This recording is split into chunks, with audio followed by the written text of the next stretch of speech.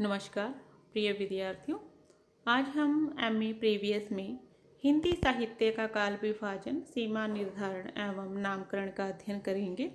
जैसा कि मैं पूर्व में ही बता चुकी हूँ कि हमारे पाठ्यक्रम के प्रथम प्रश्न पत्र के अंतर्गत हिंदी साहित्य का इतिहास पाठ्य सामग्री के रूप में लगा है, या पाठ्यक्रम के रूप में हम कह सकते हैं कि निर्धारित किया गया है। इसकी प्रथम इकाई के अंतर्गत हमने इससे पूर्व की वीडियो में हिंदी साहित्य इतिहास लेखन परंपरा का अध्ययन किया, और उसी श्रृंखला में चलते हुए हम हिंदी साहित्य का इतिहास के अंतर्गत हम काल विभाजन, सीमा निर्धारण एवं नामकरण पर केंद्रित आज की इस वीडियो में हम अध्ययन करेंगे। इसी के साथ में आज के इस वीडियो में मैंने महत्वपूर्ण या कह सकते हैं कि मुख्य मुख्य बिंदु लिए हैं। जब हम हिंदी साहित्य का काल विभाजन कर रहे हैं, हिंदी साहित्य क्या सीमा निर्धारण और नामकरण की चर्चा कर रहे हैं, तो उससे संबंधित मैंने महत्वपूर्ण बिंदु लिए हैं, जैसे कि हिंदी साहित्य की भूमिका, काल विभाजन में आने वाली समस्याएं, और काल विभाजन का अध्ययन करने का हमारा प्रमुख उद्देश्य क्या है, और विभिन्न विद्वानों द्वारा दिए गए हिंदी साहित्य के काल विभाजन को नाम, इन सभी का अध्ययन हम मुख्य बिंदुओं के अंतर्गत करेंगे। आज के इस वीडियो में हम जो भी पढ़ेंगे उसके अध्ययन से आपको क्या महत्वपूर्ण जानकारी मिलेगी, जैसे कि साहित्य के इतिहास में काल विभाजन और नामकरण की आवश्यकता को हम समझ सकेंगे। इसके साथ ही काल विभाजन और नामकरण के उन आधारों को समझ सकेंगे। इसके साथ में ही काल विभाजन और नामकरण संबंधित प्रचलित विवादों का अध्ययन कर सकेंगे। आदि को हम इस अध्ययन इकाई से हम समझ सकेंगे। हिंदी साहित्य के काल विभाजन के अंतर्गत हमें इसकी पृष्ठभूमि को समझना बहुत जरूरी है। कह सकते हैं कि यदि युग विभाजन इतिहास की केवल पद्धतिगत अनिवार्यता है, तो उसका औचित्य इतिहास बोध की वास्तविकता से ही निर्धारित हो सकता है। इतिहास बोध में एक प्रकार की आलोचनात्मक चेतना होती है, एक ऐसी चेतना जिसका उपयोग हम जीवन और संस्कृति के परीक्षण के लिए करते हैं, जिसकी कसौटी पर साहित्य और समाज के रिश्ते की पहचान की जाती है। साहित्य का इतिहासकार इन रिश्तों में आए परिवर्तनों को जितनी तीव्रता से अनुभव करेगा, उसका काल विभाजन उतना ही प्रामाणिक होगा। यही कारण नहीं है कि आचार्य रामचंद्र शुक्ल के इतिहास की ओर बार बार लौटने की जरूरत होती है। उनके इतिहास की ओर हम इसीलिए भी लौटते हैं क्योंकि उन्होंने अपनी प्रखर आलोचनात्मक दृष्टि से इतिहास बोध को अर्जित किया था। उन्होंने साहित्य के इतिहास को कार्य कारण के संबंधों की श्रृंखला में प्राप्त किया था। उन्होंने अपनी पुस्तक हिंदी साहित्य के इतिहास में काल विभाजन पर लिखा है कि शिक्षित जनता की जिन जिन प्रवृत्तियों के अनुसार हमारे साहित्य के स्वरूप में जो जो परिवर्तन होते आए हैं, जिन जिन प्रभावों को प्रेरणा से काव्य धारा की भिन्न भिन्न शाखाएं फूटती रही हैं, उन सबके सम्यक निरूपण तथा उनकी दृष्टि से किए हुए सुसंगत काल विभाजन के बिना साहित्य का इतिहास का सच्चा अध्ययन कठिनाई दिखाई पड़ता है। दूसरे शब्दों में हम कह सकते हैं कि किसी भी साहित्य के काल विभाजन के लिए जरूरी है कि उसकी पृष्ठभूमि, तत्कालीन परिस्थितियों का, तत्कालीन समाज आदि सभी स्थितियों का अध्ययन आवश्यक है, तभी वह साहित्य का सच्चा इतिहास कहलाएगा। साहित्य के इतिहासकार का कहने का तात्पर्य है कि साहित्य का जो इतिहास लिखा जाता है, और उसको लिखने वाले के लिए सबसे महत्वपूर्ण यह दायित्व रहेगा, या उसका यह जिम्मेदारी बनती है कि वह युग के समूचे तंतु जाल के रेशों को, जिसमें साहित्य का यथार्थ और युग का अनुभव एक दूसरे से गूंथा हुआ है, का विश्लेषण स्पष्टता से करे। इसके लिए आवश्यक है कि जिस युग में इतिहासकार जी रहा है, उस युग के समसामयिक प्रश्नों पर उसकी पकड़ गहरी हो। इसके बिना इतिहास दृष्टि निर्मित नहीं होगी, और होगी भी तो वह अतीतोन्मुखी नहीं होगी, या अतीतोन्मुखी होगी। इतिहास दृष्टि की सार्थकता उसके भविष्योन्मुख होने में है। ऐतिहासिक सामाजिक संदर्भों को पहचान कर ही साहित्य के कालखंडों का निर्धारण किया जा सकता है। ऐतिहासिक संदर्भ रचनाओं की जटिलता और विशिष्टता को समझने के आवश्यक उपादान हैं। कुछ विद्वानों की तरफ से यह संकेत अवश्य मिलते रहे हैं कि साहित्य के कालखंड का निर्धारण विशुद्ध साहित्य के मानदंड पर होना चाहिए। काल विभाजन के अंतर्गत हमारा द्वितीय बिंदु है काल विभाजन की समस्याएं। काल विभाजन की आवश्यकता पर विचार करने के बाद काल विभाजन के आधारों का विवेचन आवश्यक है। एक बात जिस पर आरंभ में ही चर्चा करना अपेक्षित है वह यह है कि इतिहास या समाजशास्त्र में किसी घटना को आधार बनाकर एक रेखा खींची जा सकती है। उदाहरण के लिए इतिहास में पुनर्जागरण का आरंभ सामान्यतः तुर्कों के हाथों कुस्तुनतुनिया की पराजय की तिथि से माना जाता है, लेकिन साहित्य के इतिहासकार को साहित्य के रुझान का रुख पता करने में कठिनाई हो सकती है, क्योंकि साहित्य का रुझान परिवर्तन किसी एक तिथि की घटना नहीं है। यदि प्रवृत्ति को आधार बनाए तो ऐसा देखा गया है कि जब साहित्य में एक प्रकार की प्रवृत्ति गतिशील होती है तो उसके समानांतर कभी कभी प्रतिरोधी प्रवृत्ति भी गतिशील हो उठती है। इस अंतर्विरोध के कारण काल विभाजन का पूरा ढांचा ही चरमरा उठता है। हिंदी साहित्य का ही उदाहरण ले तो आदिकाल का उदाहरण दिया जा सकता है। काल विभाजन में दूसरी समस्या संक्रांति काल को लेकर होती है। पहली समस्या मैंने जैसा कि बताया है कि प्रवृत्ति के आधार पर जब हम काल विभाजन करते हैं, उसी प्रकार से काल विभाजन में दूसरी समस्या संक्रांति काल को लेकर होती है। संक्रमण के जिन बिंदुओं पर इतिहास के दो युगों को तोड़ा जाता है वहाँ इतिहासकार की धारा चिंतन धारा ही नहीं टूटती है, बल्कि इस टूटने की प्रक्रिया में बहुत कुछ छूट भी जाता है। क्या यही कारण है नहीं है कि आचार्य रामचंद्र शुक्ल के इतिहास में संक्रांति काल के बड़े बड़े साहित्यकारों को फुटकर खाते में स्थान मिलता है। उदाहरण के लिए विद्यापति, खुसरो, केशवदास का नाम गिनाया जा सकता है। संक्रांति काल से तात्पर्य है संक्रमण की अवस्था। संक्रांति बिंदु पर खड़े कवि के साहित्य में एक मार्ग पीछे से आता है और दूसरा मार्ग आगे से शुरू होता है।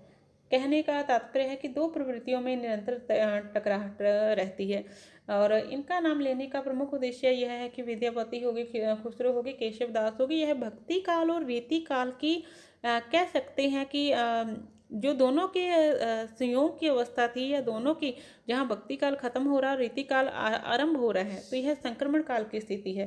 तो यहाँ पर एक समस्या आ जाती है कि इनको भक्ति काल में रखा जाए या रीति काल में।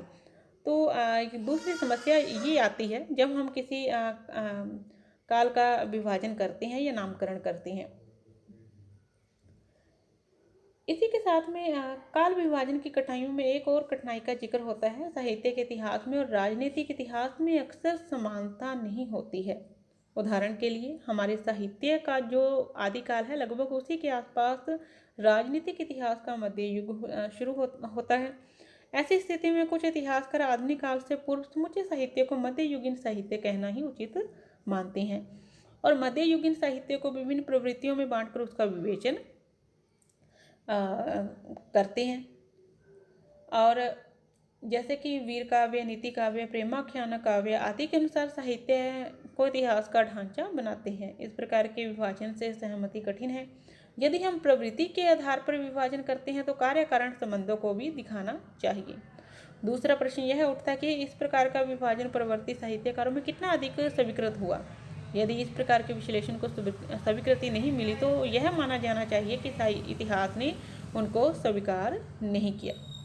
इस प्रकार से काल विभाजन करने में या नामकरण करने में जैसा कि मैंने प्रमुख समस्याएं बता दी कि हम प्रवृत्ति के आधार पर करें या इतिहास के आधार पर करें या संक्रमण काल के संबंध में, राजनीतिक इतिहास के संबंध में, इतिहास और साहित्य दोनों में थोड़ा अंतर आ जाना, यह प्रमुख समस्याएं होती हैं जब हम किसी साहित्य का काल विभाजन करते हैं। हमारा तीसरा बिंदु था कि काल विभाजन के क्या आधार हो सकते हैं जिसके आधार पर हम साहित्य के इतिहास का विभाजन कर सकते हैं। साहित्य इतिहास में प्रवृत्तियों के परिवर्तन को आधार बनाकर काल विभाजन की परिपाटी पुरानी है, अर्थात किसी युग में जो भी प्रवृत्ति या जो भी प्रमुख लक्षण उभरा उसी के आधार पर काल का विभाजन कर दिया जाए। यह परिपाटी पुरानी होने पर भी सार्थक है। इससे हम उन उलझनों से बचते हैं जिससे काल विभाजन के निर्णय में अराजकता की संभावना होती है। साहित्य की अंतः प्रकृति की उदाहरण के लिए हिंदी साहित्य के आदिकाल में धार्मिक, श्रृंगारिक, वीर गाथात्मक साहित्य का सृजन हुआ। इन काव्यों की रचना प्रकृति की अंतर्धारा को समझकर उसे एक दूसरे से अलग कर सकते हैं। काल की अंतर प्रकृति को समझने में बड़ी सूक्ष्म दृष्टि की जरूरत होती है, नहीं तो कोई बड़ी ऐतिहासिक भूल हो सकती है। इस सूक्ष्म दृष्टि के द्वारा हम युग की मनोभूमि और उसके समाज के मन को परखकर दूसरे उसे दूसरे युग के समाज के मन और मनोवृत्ति से अलग कर सकती हैं। इसी प्रकार से भक्ति काल से रीति काल तक आते आते किस प्रकार से मनोभूमि का परिवर्तन हो चुका, इसका विश्लेषण करने में के लिए गहराई से हमें इसको समझना पड़ेगा। कह सकते हैं कि भक्ति काल से एकदम रीति काल कैसे आ गया। हम कहते हैं कि 1700 से 1900 तक 1900 विक्रमी संवत तक रीति काल की समयावधि थी। और कहने का तात्पर्य दूसरी तरफ यह है कि 1700 तक भक्ति काल खत्म हो गया, तो क्या एकदम से रीति काल आ गया? नहीं, रीति काल की जो एकदम प्रवृत्तियां उत्पन्न हुई वह एकदम से नहीं हुई, बल्कि भक्ति काल की जो प्रवृत्तियां थी, जो भक्ति वाला वातावरण था, वह रीति में परिवर्तित हो गया। भक्तिकालीन कविता में प्रेम की आध्यात्मिक अनुभूति रीति कविता में स्थूल श्रृंगार में बदल गई। देखिए, जैसा कि मैंने पहले कहा था कि जो भक्तिकालीन कविता में प्रेम की आध्यात्मिकता अर्थात परमात्मा से जो संबंध स्थापित किया था, वह रीति कविता में स्थूल से श्रृंगार में बदल गई। इस प्रकार के संधि बिंदु को पहचानने के बाद ही युग विभाजन को एक प्रमाणिक आधार मिलता है। साहित्य के काल निर्णय में जनता के रुचि संस्कार पर भी पर्याप्त चर्चा अपेक्षित है। चौथा हमारा अध्ययन बिंदु है नामकरण के आधार। काल विभाजन और नामकरण दो अलग अलग प्रश्न नहीं हैं, दोनों एक दूसरे के पूरक हैं। जिन मुद्दों को ध्यान में रखकर काल विभाजन का निर्णय लिया जाता है, अर्थात कौन सी समयावधि तक हम किस प्रकार के साहित्य को संकलित करें और किस समयावधि में किस प्रकार के साहित्य को, तो यह तो काल विभाजन में आ गया। और उस समयावधि के आधार पर जो एक समयावधि में या अलग अलग समयावधियों में साहित्य है, उस साहित्य का नामकरण किस प्रकार से किया जाए, तो ये दोनों ही एक दूसरे के पूरक हैं, अर्थात दोनों एक दूसरे पर निर्भर हैं। जिन मुद्दों को ध्यान में रखकर काल विभाजन का निर्णय लिया जाता है, उन्हीं को ध्यान में रखकर उनका नामकरण भी किया जाता है। जिस तरह की रचना की प्रवृत्ति काल विभाजन का आधार रही है, उसी तरह वह नामकरण का भी एक महत्वपूर्ण आधार रही है। रचना प्रवृत्ति के आधार पर नामकरण हिंदी की एक सर्वमान्य परंपरा रही है। इस प्रकार से नामकरण का आधार रचनाओं की बहुलता से जुड़ा है। रचनाओं की बहुलता से प्रवृत्ति का औसत निकालकर ठीक लगने वाले नाम से साहित्य कालखंड का नामकरण करने का प्रचलन है। इस संबंध में स्वयं आचार्य रामचंद्र शुक्ल ने भी लिखा है, जनता की चित्तवृत्ति बहुत कुछ राजनीतिक, सामाजिक, सांप्रदायिक, धार्मिक परिस्थितियों के अनुसार होती है। इस दृष्टि से हिंदी साहित्य का विवेचन करने में हमें यह बात ध्यान में रखनी होगी कि किसी विशेष समय में लोगों में रुचि विशेष का संचार और पोषण किधर से और किस प्रकार हुआ। इस प्रकार से जनता की अभिरुचि किस प्रकार से एक विधा के स्थान पर दूसरी विधा को प्रतिष्ठित करती है, जैसे हम भारतेंदु युग और द्विवेदी युग की तुलना में देख सकते हैं। भारतेंदु युग में नाटकों के महत्व का मूल कारण जनरुचि थी, लेकिन उपन्यासों की बढ़ती लोकप्रियता के कारण नाटकों का ह्रास हुआ और उपन्यास एक महत्वपूर्ण विधा के रूप में प्रतिष्ठित हुई। इस प्रकार हम देखते हैं कि विधाओं की दृष्टि से दो युगों में अंतर आ गया। जहां भारतेंदु युग में नाटक प्रधान थे, वहीं द्विवेदी युग में उपन्यास का महत्व बढ़ गया, अर्थात जनता की चित्तवृत्ति में परिवर्तन हुआ। और जनता की चित्तवृत्ति में परिवर्तन से ही साहित्य में परिवर्तन होता है और विभिन्न कालों का जो साहित्य होता है उसमें भी अंतर आता है। एक आधार नामकरण का यह भी होता है कि घटना, उदाहरण के लिए स्वतंत्रता भारतीय इतिहास की एक महत्वपूर्ण घटना है। भारतीय साहित्य के इतिहास में भी इस घटना को आधार बनाया गया है। तो स्वातंत्र्योत्तर साहित्य जैसे नाम लोकप्रिय हुए। इस तरह के नामकरण रखने में विशेष सावधानी की आवश्यकता होती है। घटना का साहित्य पर प्रत्यक्ष या परोक्ष प्रभाव पड़ने की स्थिति में ही ऐसे नामकरण की सार्थकता है। हमारा अगला बिंदु रहेगा हिंदी में प्रचलित काल विभाजन एवं नामकरण। कहने का तात्पर्य है कि हिंदी साहित्य का जो इतिहास का जो काल विभाजन किया गया है, तो कौन कौन से काल विभाजन प्रमुख रूप से प्रचलित हैं और कौन कौन से उनका नामकरण किया गया है। हिंदी साहित्य के इतिहास का काल विभाजन और नामकरण साधारणतः आचार्य रामचंद्र शुक्ल के इतिहास से ही ग्रहण किया जाता है। आचार्य रामचंद्र शुक्ल के नामांकन और सीमांकन की कुछ सीमाएं भी हैं, जिसे यथास्थान हम पढ़ेंगे भी। इन्होंने हिंदी साहित्य के प्रथम काल आदि काल को वीर गाथा काल नाम से संबोधित किया और इसकी समयावधि संवत 1050 से 1375 मानी। इसी प्रकार से हिंदी साहित्य के पूर्व मध्यकाल को इन्होंने भक्ति काल नाम बताया और 1375 से 1700 विक्रमी संवत इसकी समयावधि मानी। और इसी प्रकार से उत्तर मध्यकाल को रीति काल माना और इसकी समयावधि 1700 से 1900 और आधुनिक काल को गद्य काल के नाम से अभिहित किया और 1900 से अब तक की इसकी समयावधि मानी। अनेक विद्वानों ने आचार्य रामचंद्र शुक्ल की मान्यताओं का खंडन किया है आदिकाल के संबंध में, जैसे कि अपभ्रंश काव्य को वे परोक्ष रूप में स्वीकार करते हुए भी साहित्य में स्थान नहीं देते। उसी के आधार पर उनकी मान्यता पर प्रश्न उठाया गया है। इसकी चर्चा आदिकाल के प्रसंग में भी हम आगे करेंगे जब हम आदिकाल का अध्ययन करेंगे। हमारा अगला बिंदु रहेगा आदिकाल का नामकरण। इसी प्रकार से हजारी प्रसाद द्विवेदी जी ने संवत के स्थान पर ईस्वी को लेकर काल विभाजन किया है, जैसे कि आदिकाल को उन्होंने 1000 ईस्वी से 1400 ईस्वी तक, पूर्व मध्यकाल को 1400 से 1700 ईस्वी, उत्तर मध्यकाल को 1700 से 1900 ईस्वी और आधुनिक काल को 1900 से लेकर अब तक उन्होंने विभाजित किया है। डॉक्टर राम कुमार वर्मा ने हिंदी साहित्य इतिहास का काल विभाजन निम्न प्रकार से किया है, जैसे कि उन्होंने प्रथम काल को संधि काल माना है और 750 विक्रमी संवत से 1020 विक्रमी संवत तक इसकी समयावधि बताई है। इसी प्रकार से उन्होंने चारण काल को 1000 से 1375 विक्रमी संवत, व्यक्ति काल को 1375 से 1700 विक्रमी संवत, रीति काल को 1700 से 1900 विक्रमी संवत और आधुनिक काल को 1900 संवत से लेकर वर्तमान तक। तो इस प्रकार से उन्होंने 5 कालखंडों में हिंदी साहित्य का इतिहास विभाजित किया है। नागरी प्रचारणी सभा काशी द्वारा 16 खंडों में हिंदी साहित्य के बृहद इतिहास को प्रकाशित किया गया है। डॉक्टर गणपति चंद्र गुप्त ने हिंदी साहित्य का वैज्ञानिक इतिहास में लिखकर हिंदी साहित्य के इतिहास का काल विभाजन किया गया है और उन्होंने प्रारंभिक काल और मध्यकाल के अंतर्गत वे 3 प्रकार के काव्यों की रचना को स्वीकार करते हैं, जिसमें धर्माश्रित काव्य, लोकाश्रित काव्य और राज्याश्रित काव्य आता है।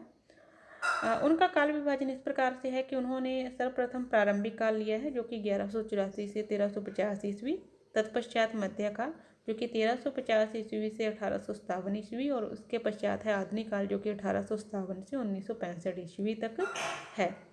डॉक्टर नगेंद्र ने काल विभाजन तथा जो नामकरण किया है वह भी उल्लेखनीय है, जैसा कि उन्होंने आदिकाल की समयावधि 7वीं से 14वीं शती मानी है। उसके पश्चात भक्ति काल जो कि 14वीं से 17वीं शताब्दी तक और रीतिकाल 17वीं से 1900 शताब्दी और आधुनिक काल 1900 से वर्तमान काल तक उन्होंने माना है। अब आता है अगला बिंदु हमारा, जैसा कि हम चर्चा कर रहे थे आदिकाल का नामकरण।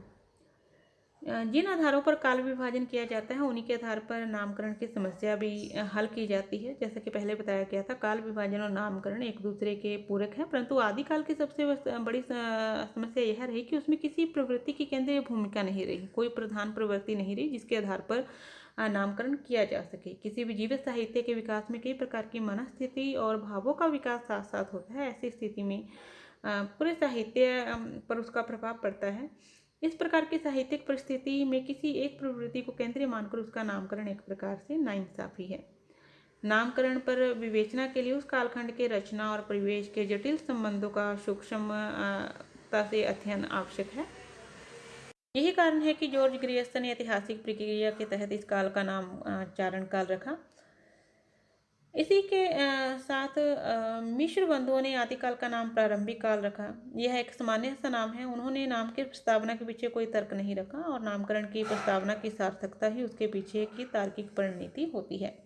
मिश्र बंधुओं के पश्चात आचार्य रामचंद्र शुक्ल ने हिंदी साहित्य के जो आरंभ का काल था उसको वीर गाथा काल कहा और उसका कारण उन्होंने यह बताया कि इस काल में प्रमुख प्रवृत्ति वीरता की थी और वीर गाथात्मक रासो काव्य लिखे गए थे, तो इन्होंने इस काल को वीर गाथा काल कहना उचित समझा।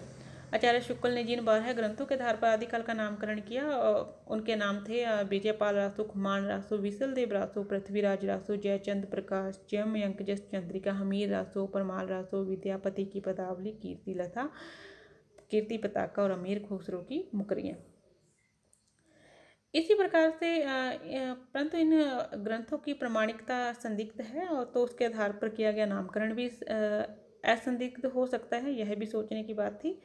आचार्य शुक्ल ने जो आदिकाल की नामकरण वीर गाथा काल किया था, उन मान्यताओं के आधार पर इतिहासकारों ने उन मान्यताओं का विवेचन करना अनिवार्य समझा, उनका अध्ययन किया और इसी श्रृंखला में डॉक्टर राम कुमार वर्मा ने हिंदी साहित्य का आलोचनात्मक इतिहास में प्रथम काल का नाम संधि काल और चारण काल ठहराया।